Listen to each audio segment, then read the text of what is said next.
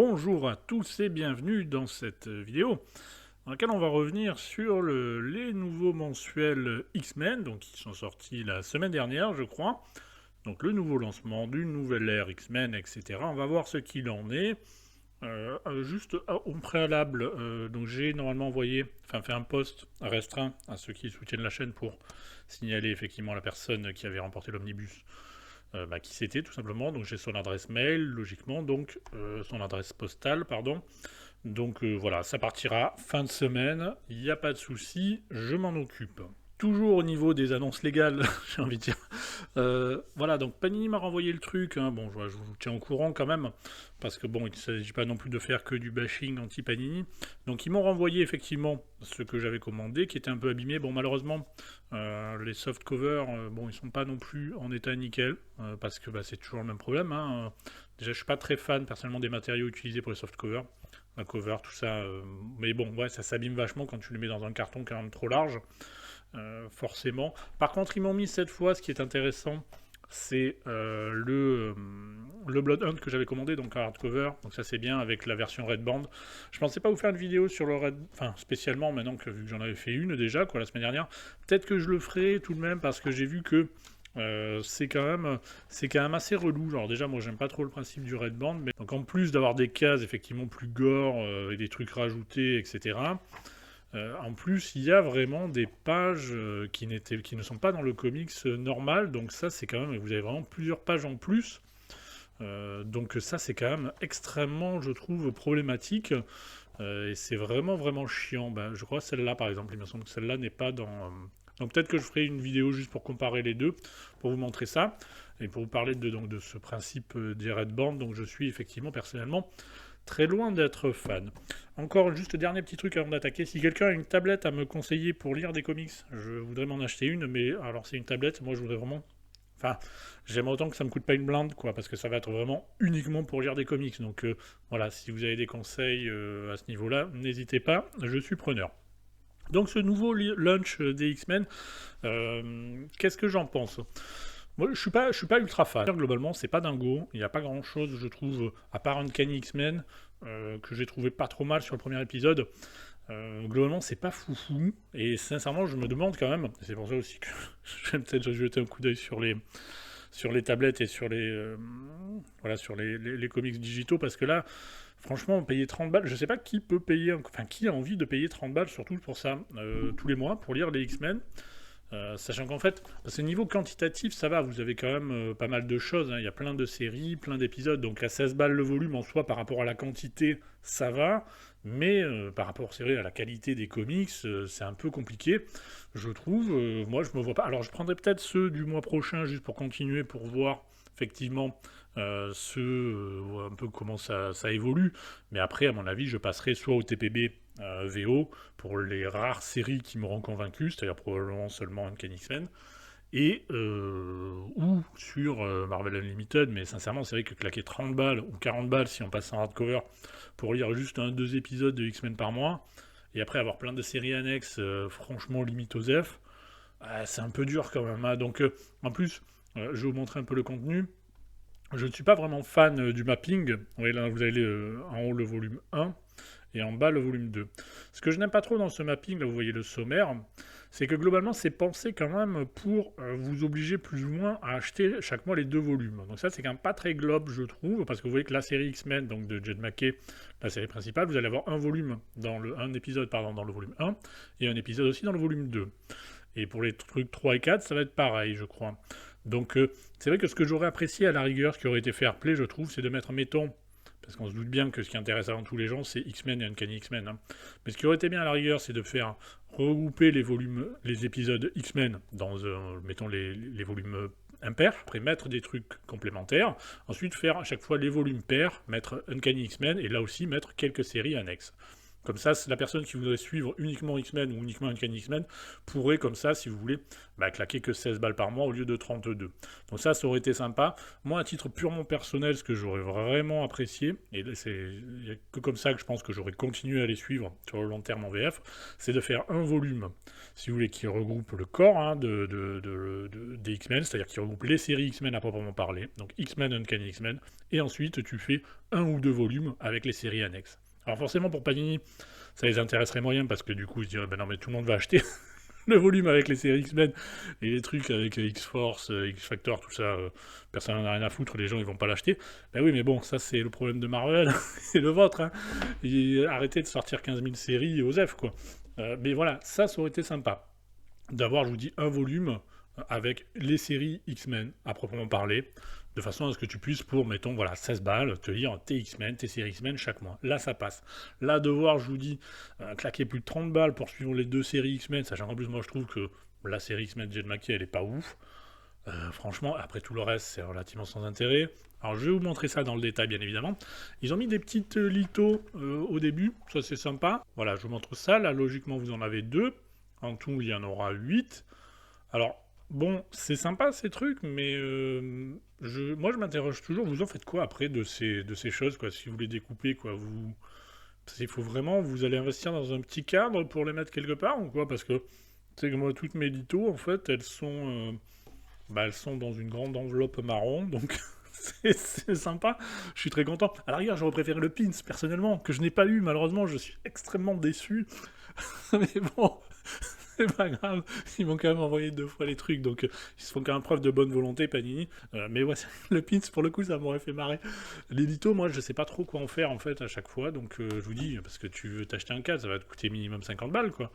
Donc bref, parlons peu, parlons bien. Cette série X-Men et cette nouvelle gamme d'X-Men, est-ce que c'est un bon point d'entrée dans les X-Men pour les gens éventuellement qui ne connaîtraient pas les X-Men et qui voudraient découvrir?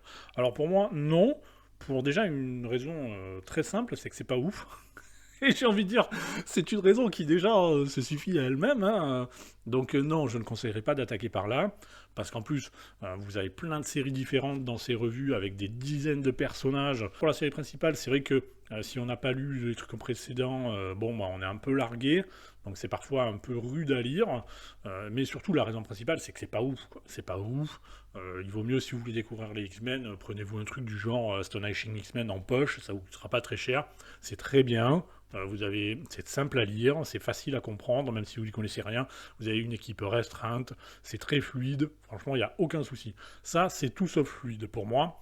Alors, globalement, je trouve que Jed McKay ne fait pas un super travail pour rendre cette série X-Men agréable à lire pour d'éventuels nouveaux lecteurs. Je trouve que c'est quand même pas ouf ce qu'il a fait à ce niveau-là. Globalement, alors que j'ai bien aimé Blood Hunt par exemple, alors, c'est pas ouf Blood Hunt clairement, mais au moins c'est quelque chose qui se lit, qui est fluide, à aucun moment la lecture est heurtée, voilà, ça c'est pas dingue, mais c'est un truc qui est pas désagréable à lire. Là, très sincèrement, il y a parfois des choses qui sont assez désagréables, aussi bien liées d'ailleurs à l'écriture en VO, par exemple là, effectivement, dans cette page d'exposition, vous avez un plein combat. Et à un moment, on en est en 2025 à avoir des dialogues vraiment over-explain, et en plus relativement mal faits, comme si on était en 75. Il faut vraiment qu'ils arrêtent. Et alors après, c'est lui le fait là, tous ne le font pas dans toutes les séries. Il faut qu'ils arrêtent d'en permanence vouloir expliquer ce qui a été fait dans les 3 dernières années. Surtout que dans l'absolu, c'est fait pour normalement essayer de raccrocher les wagons vis-à-vis des lecteurs, de leur... Voilà, c'est censé être fait dans une optique user-friendly, et en fait c'est totalement contre-productif, parce que justement la personne qui n'a pas suivi tout ça, elle est complètement larguée dans ses explications, parce que tu as un dialogue. Enfin, ils sont en plein combat, etc. Et tout d'un coup, tu as le fléau qui se met à faire une tirade pour expliquer un truc complètement... c'est des trucs, si t'as pas suivi ce qui a été fait auparavant, tu comprends rien. Après, ils enchaînent, ils font des vannes, évidemment, parce que c'est un comics moderne. Et du coup, t'as cet autre personnage, Temper, je crois, qui en rajoute une couche, là, en disant les adeptes de la 4e école croient que, machin, etc. Donc t'as un côté complètement... Et le pire, c'est que tu prends ces doubles pages, tu fais ça, tu fais boum, boum, je raye, je barre. Le comics, il en est en réalité plus fluide et plus user-friendly. Donc bon, il faut qu'ils arrêtent. Il faut vraiment qu'ils arrêtent. Donc il y a pas mal de choses comme ça Ou même en VO, vous avez des formules parfois qui sont peu élégantes. Après, clairement, c'est pas aidé non plus par la traduction, qui est parfois à l'ouest. Vous avez des tournures de phrases qui sont relativement peu agréables et élégantes aussi en VF.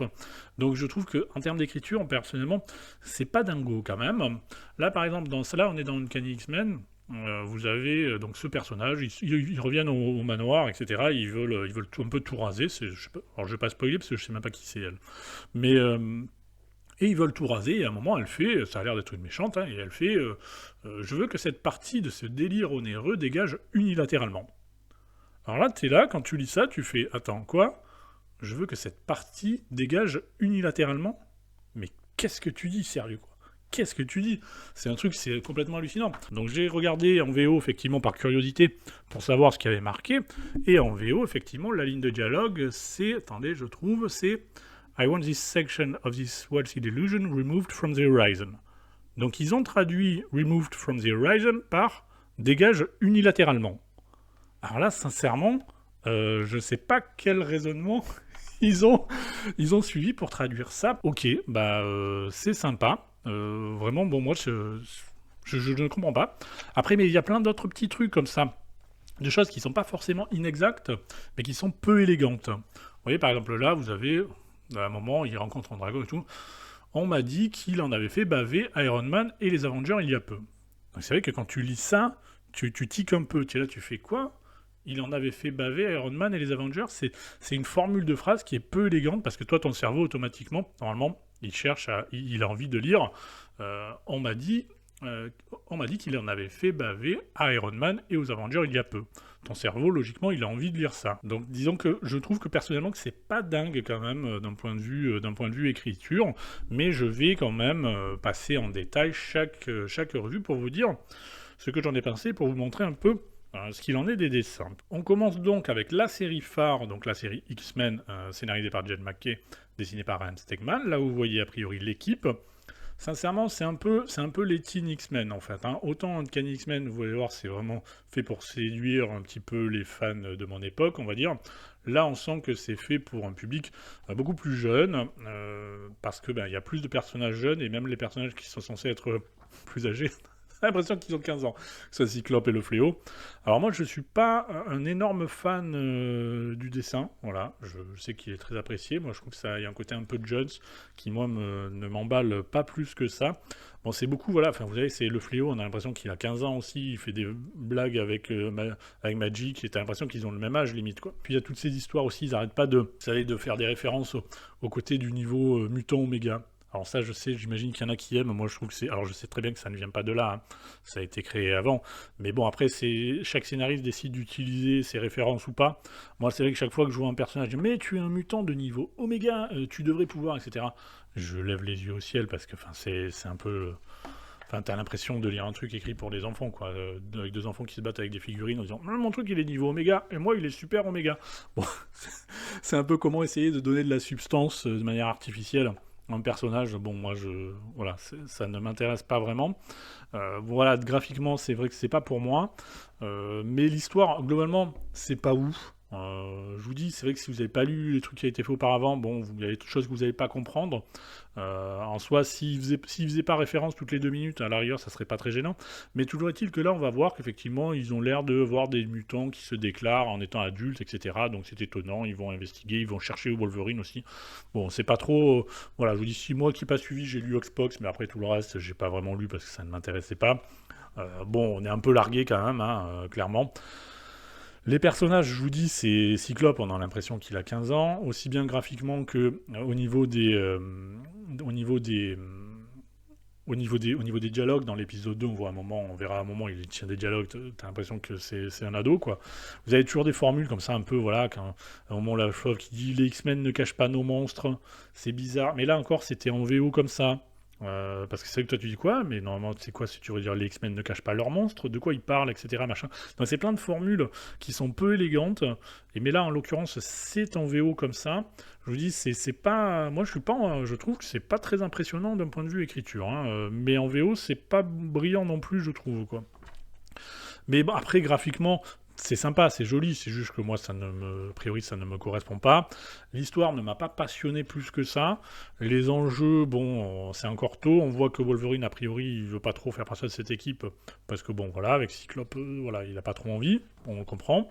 Et voilà, bon, c'est pas désagréable, mais personnellement, c'est limite un peu osef quand même, hein, clairement. Après, on a cet épisode de Phoenix que moi j'ai bien aimé. Clairement, de toute manière, s'il fallait que j'achète les trucs en TPB à l'unité, ça serait en 1, j'achèterais Uncanny X-Men.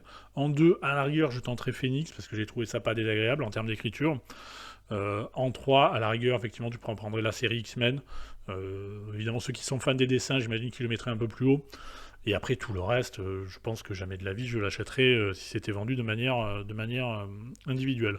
Donc Stéphanie Philippe, j'ai trouvé ça... Alors ça se concentre sur Phoenix qui est dans l'espace, mais je trouve la lecture fluide. C'est pas foufou, mais c'est sympa, c'est fluide.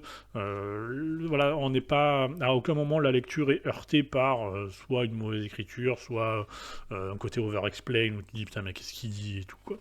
Donc c'est agréable, les personnages sont, je trouve, bien en caractère, et franchement, alors ça peut peut-être s'essouffler clairement, il faudra voir sur la durée, mais voilà, on a Phoenix qui est dans l'espace et qui va avoir des aventures. Bon, encore une fois, moi j'ai trouvé ça agréable comme lecture, à part la fin qui m'a un peu... Bon voilà, c'était pas... Voilà, mais globalement c'est plutôt pas mal, je trouve. Ensuite, on arrive avec Era of Apocalypse, une mini-série en 4 épisodes, que j'ai trouvé pas déplaisante. Donc de ce que j'ai compris, vous avez Apocalypse qui va rester sur Mars, et il cherche en quelque sorte quelqu'un pour une sorte de successeur pour s'occuper de la Terre. Et donc il va sélectionner plein de mutants pour essayer de choisir donc son successeur. Alors c'est pas un battle royale, mais c'est plus ils vont avoir des aventures, enfin ils vont subir des épreuves en quelque sorte. C'est une sorte de Squid Game qui rencontre Indiana Jones avec des dialogues over-explained, quoi. Graphiquement, je trouve ça chouette, c'est chouette. Parfois il y a effectivement un côté un peu over-explained qui est un peu relou. Ils font mais tu étais pas comme ci, comme ça, mais tu étais pas mort avant, etc. Machin. Arrêtez ça, arrêtez quoi, arrêtez, on s'en fout. Concentrez-vous sur le présent et sur le futur. Arrêtez de faire des références en permanence au passé. C'est tout à fait contre-productif. Pareil, là, vous avez des personnages qui se font une tirade pour expliquer, dire mais moi je suis machin, etc. Patin, coup, enfin. Non mais pitié quoi, pitié, vraiment, on est en 2025, faut arrêter un moment quoi, faut avoir un peu plus d'ambition quand même en termes d'écriture, je trouve, quoi. Mais bon, après l'histoire, moi j'ai trouvé ça pas désagréable, hein, sincèrement. Par contre, ça, j'ai pas compris. Pour les gens qui suivent les X-Men, là on voit Angel qui se transforme, ok. Et après dans le volume 2, on va voir, justement dans X-Factor, on va voir un moment Angel, et là, il va dire, ah ben non, mais t'as pas suivi, tes notes sont pas à jour, je peux plus me transformer. Alors que juste dans le volume 1, il le pouvait. Et là, il n'y a pas de note de renvoi pour expliquer le pourquoi du comment, donc je trouve ça un peu chelou. Mais bon, je vais pas spoiler qui devient le successeur d'Apocalypse, je vais m'arrêter à l'épisode 2. Mais j'ai pas trouvé ça désagréable. Franchement, ça se lit. Est-ce que je l'aurais acheté? Je suis pas sûr.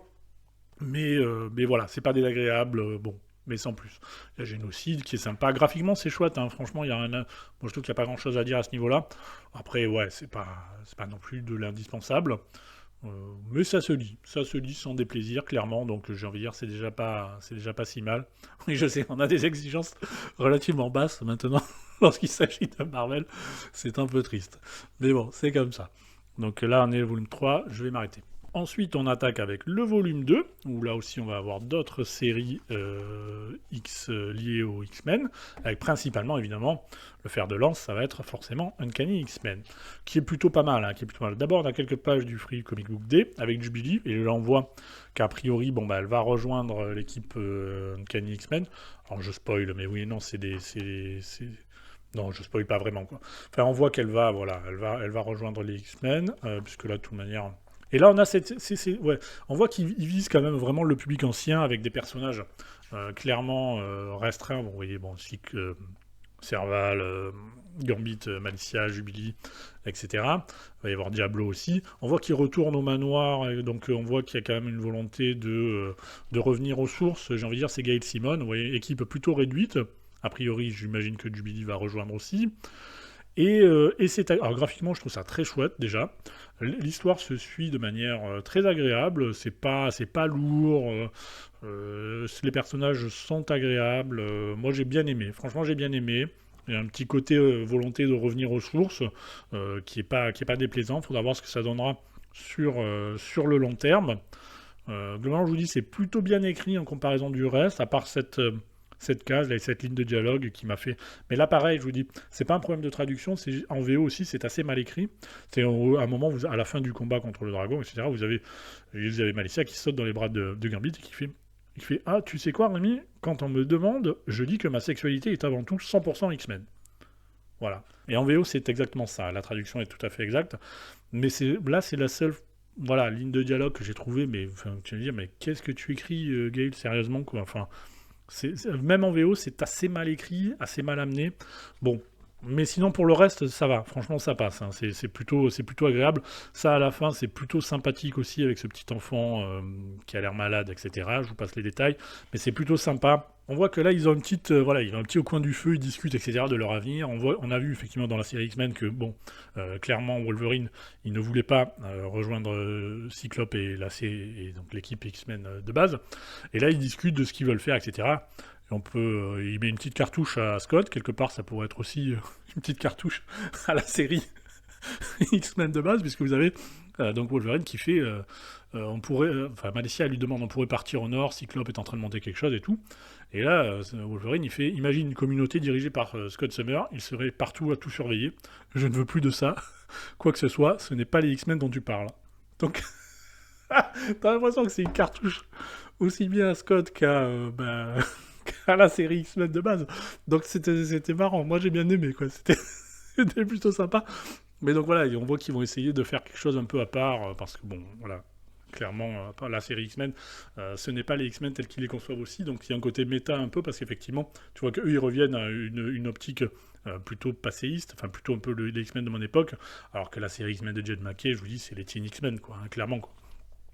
Ensuite, vous avez la série X-Force, là, avec Deadpool, effectivement, qui est là en guest, parce qu'en fait, c'est Forge, en fait, qui va lancer cette nouvelle équipe avec, je vous passe les détails, mais il a créé un nouveau truc qui s'appelle l'analogue, ou je ne sais pas quoi, qui va détecter des fissures ou des fractures, en quelque sorte, dans l'univers, et qui va lui dire où il faut intervenir, etc., pour réparer ces fractures, sinon, voilà, c'est la fin du monde, etc.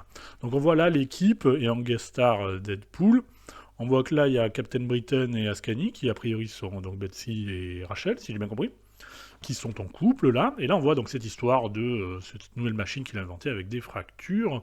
Voilà. Sinon, voilà, il faut toutes ces fractures, le monde va casser si on les répare pas, etc. Bon, c'est pas passionnant, le build. Après, il faut voir l'exécution. Malheureusement, l'exécution, j'ai envie de dire, c'est pas dingue non plus. Ils sont affrontés à une menace, franchement ça m'a pas passionné, c'est pas désagréable à lire, mais c'est quand même relativement, je trouve, sans intérêt. Franchement, c'est vrai que des séries comme ça, si tu la mets pas dans une revue avec un titre X-Men, à mon avis, personne l'achète, quoi. Enfin, si t'achètes les premiers, mais après t'arrêtes, quoi. Après, on a Nyx, qui est en fait une série Miss Marvel, tout simplement. Là, on voit les personnages. Bon, ce sont que des personnages, moi, dont j'ai pas grand-chose à faire, même si Miss Marvel, je la trouve plutôt sympathique, parce que, bon, l'actrice qui joue la série, elle est plutôt sympa. On voit qu'il y a quand même beaucoup de gutter loss, hein, un gros manque, hein, quand même. Les dessins, moi, ça me va pas vraiment. Hein. Pour moi, c'est pas du dessin de comics US, quoi, mais après, chacun ses goûts. Les personnages, moi, ne sont pas des personnages, je vous dis, qui me plaisent beaucoup, mis à part Miss Marvel grâce à l'actrice. Après, ouais, il va dire c'est un côté contestataire, il disait à un moment dans l'édito, je sais pas quoi. Donc je vous lis par exemple un dialogue contestataire. Hein. Donc à un moment, il parle d'une émeute, et vous avez donc Miss Marvel qui dit « Oh, j'ai mené une manif une fois, Rox News a dit que c'était une émeute, mais c'est parce que ce sont de gros racistes. » Voilà. Donc, on en est là, en 2025, dans l'écriture des comics. Et ça, vous allez avoir plusieurs fois des personnages qui traitent littéralement les gens de méchants et de racistes. Donc c'est un peu... c'est un peu triste quand même d'être tombé aussi bas en termes d'exigence d'écriture, quoi. Vraiment, pour les plus jeunes, il y a Dieu crée l'homme détruit qui ressort en must-have. Faites-vous plaisir, quoi. Lâchez un peu d'argent et achetez-vous-le, plutôt que ces bêtises-là, quoi. Je veux dire, vous verrez, au moins, vous verrez quelque chose écrit par un adulte, quoi. Parce que là, c'est... Enfin bon, c'est... Alors on va me dire, oui, mais c'est écrit pour des ados. Bon, ouais, mais bon, tu peux aussi écrire des trucs pour des ados, mais que ça soit quand même un peu soutenu, quoi. Ça, je vous dis, parce que quand vous avez vraiment les personnages qui traitent littéralement les gens de « Ah, mais tu es raciste, machin, c'est pas bien ». Putain, non mais pitié quoi, écris un truc, construis-le, enfin sérieusement quoi, tu es vraiment dans l'invective, c'est ça ton degré d'exigence, bon c'est triste quand même. Bon vous avez effectivement les références aux migrants, bon voilà là encore vous voyez, ah pas de mutants, nouvelle règle, ah crétin et raciste, tout pour plaire, etc. Donc c'est vraiment, ah, soyez un peu plus exigeant quand même, je trouve. Hein. La scène évidemment avec le couple homosexuel, bon, il y a CF jambon fromage, hein, vous allez tout avoir, hein, c'est sûr. Encore une fois, faire un truc engagé et faire un truc pour les jeunes, moi j'ai rien contre, mais ça n'exclut pas d'écrire quelque chose de bien, quoi. Au contraire, j'ai envie de dire, au contraire, c'est justement là où il faudrait faire un redoubler d'efforts pour construire quelque chose et l'écrire et faire en sorte que, bon, ça soit... Encore une fois, Dieu crée l'homme détruit, quoi. Je veux dire, on est passé de ça à ça, quoi. Bon, me dites pas qu'il n'y a pas un déclin, quand même, en termes d'écriture des comics, quand même. En tout cas, je trouve, pour moi, à la lecture de ces deux revues, je trouve qu'il y a quand même un déclin, quand même, des scénaristes en termes tout simplement de qualité d'écriture qui est assez déstabilisant quand même. Après, vous avez cet épisode de Factor X. Alors là, pas de bol aussi, ça sort en même temps que la réédition de X Factor de Peter David. Et mon Dieu, le contraste, il est violent, quoi. Le contraste, il est violent. Euh... Là aussi, faites-vous plaisir. Alors, je sais que je passe pour un vieux con en disant ça. Bon, en même temps, c'est dans le titre de la chaîne, hein, donc vous étiez prévenu. Mais ouais, c'est difficile de pas dire que c'était mieux avant quand même, quand tu lis ça. Et que à un moment, le même mois, t'as l'Omnibus X Factor 2 qui sort. Parce que, alors, X Factor des années 90 de Peter David, c'était bien. Celui des années 2000, c'est très très bien. Et c'est à des années-lumière de ça, la comparaison, elle fait super mal. Et là, en fait, l'approche, même si je trouve pas ça désagréable, hein, personnellement, j'ai pas détesté X Factor, c'est une sorte de satire sur les réseaux sociaux, donc c'est Mark Russell, et les réseaux sociaux, les téléréalités, etc. C'est pas.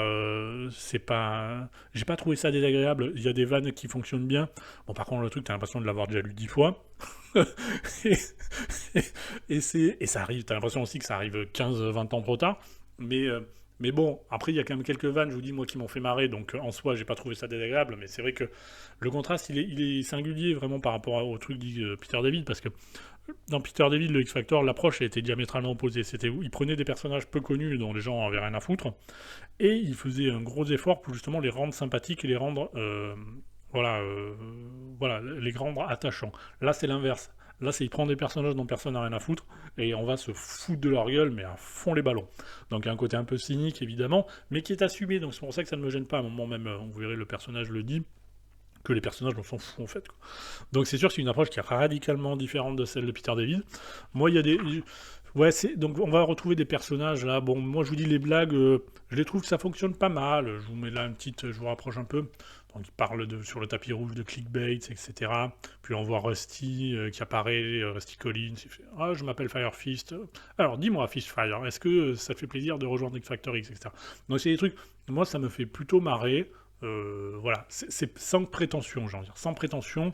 Après, est-ce que je l'achèterais si c'était vendu de manière individuelle Je ne pense pas, mais là encore une vanne qui moi m'a fait marrer, où vous avez le producteur télé, donc il fait... il dit à un manifestant qui fait ne faites pas leur guerre, et le gars il fait allez ouvrir une cantine solidaire. Donc, vraiment, c'est des trucs. Je trouve que globalement ça fonctionne plutôt bien, si ce n'est que on l'a déjà lu ça mieux fait. Et que ouais, ça arrive aujourd'hui, ça, on va dire que c'est pas à l'avant-garde de la satire, hein, clairement. Et vous avez voilà donc ces personnages dont on a un peu rien à foutre. Et le producteur il le dit clairement, hein, il dit en utilisant la magie que j'ai apprise en tant que producteur télé, je me suis dit que comme personne n'aime les personnages, pourquoi ne pas se concentrer sur l'intrigue. Donc voilà, donc c'est vraiment bon le cynisme assumé, mais voilà c'est fait avec humour et c'est assumé, donc moi en soi ça ne me dérange pas. Même si ce n'est pas, effectivement, ce n'est pas extrêmement passionnant. On va pas se raconter d'histoire. Donc, vous voyez, je fais des efforts pour ne pas dire on ne va pas se mentir 15 fois. Hein. Bon, par contre, je veux dire, c'était mieux avant 10 fois, mais bon, ça, c'est dans mon contrat.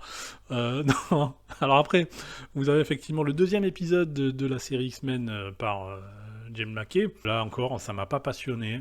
La plupart des personnages, c'est vrai, je les trouve globalement, ils ne sont pas désagréables, mais ce sont pas des personnages qui ne m'intéressent pas plus que ça. Vous voyez, là, vous avez Cyclope qui est avec Magi et Psylocke, et t'as l'impression qu'ils ont tous le même âge. Et vous avez Cyclope qui dit inquiet, j'ai avec moi 2 femmes extrêmement dangereuses, armées d'immenses épées. Quand j'avais 13 ans, c'est comme ça que j'imaginais le paradis. Bon, pour les gens qui ont grandi avec la première équipe des X-Men, ce qui est mon cas, et après avec la seconde, donc celle de Claremont, ça tu dis, mais non, mais c'est pas le même personnage, c'est pas possible, quoi. Et puis bon, mais je vous dis, c'est une série qui est pensée. Là, pareil, il faut une référence. Et après, du coup, il comprend pas, et lorsque fait, hey, il cite ces animés stupides, et la référence est à côté. Alors bon, déjà en VO, c'était pas animé, c'était cartoon. Et puis là, enfin, typiquement, moi je lis ça, je me dis, mais de quoi il parle, quoi? Est-ce que quelqu'un a la référence Alors c'est vrai que moi je ne lis plus, je ne regarde plus ni de cartoon ni d'animé. Donc c'est vrai que peut-être c'est moi, mais ce sont des formules tellement bateau et tellement osef, quoi, que, enfin, je sais pas, je vois pas la ref. Donc, encore une fois, c'est un comics où là encore, j'ai l'impression qu'il m'est fermé. Donc, pour une relance où finalement ça relativement hermétique, donc clairement, comme je disais en début de vidéo, pour moi, ce n'est pas particulièrement un bon point d'entrée dans les X-Men. En tout cas, cette série X-Men de Jed MacKay, je la trouve pas extrêmement bien écrite. Celle de Gail Simone, quand même, c'est beaucoup mieux, parce que voilà, ça se veut un peu plus lisible. Celles qui sont les plus visibles, je vous dis, c'est clairement Uncanny X-Men, puis en second, j'ai envie de dire Phoenix, où vraiment là, on t'amène quand même les choses clairement, ça suit déroulé, assez fluide et agréable, donc ouais, moi je suis pas emballé, hein. Clairement, je vous dis, s'il fallait que je les achète à l'unité, à part Uncanny X-Men, je pense qu'il y aurait peut-être pas grand-chose, hein, que je prendrais. Donc voilà, ça, je sais pas, peut-être que je prendrai ceux de février.